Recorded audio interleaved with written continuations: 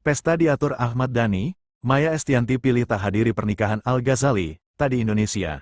Pernikahan Al-Ghazali dan Alisa Dagais tinggal menunggu waktu, segala persiapan pun tampak telah dilakukan Al-Ghazali dan Alisa Dagais selaku calon pengantin. Namun pesta pernikahan itu juga tampak diatur oleh Ahmad Dhani. Beberapa waktu lalu di kanal YouTube-nya, Ahmad Dhani bersama Mulan Jamila, Al-Ghazali dan Alisa Dagais tampak mendatangi gedung GBK tempat pernikahan keduanya akan digelar. Melalui video tersebut, Ahmad Dhani juga terlihat mengatur konsep acara tersebut. Hal itu rupanya berbeda dengan Maya Estianty yang justru tak mau sama sekali terlibat dengan acara putra sulungnya itu.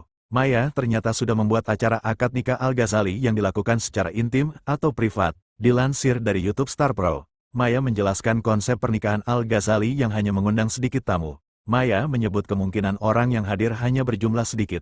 Apalagi dari keluarganya saja sudah berisi 50 orang. Saat ditanya tentang acara yang disiapkan Ahmad Dhani, Maya rupanya tak mau ikut campur.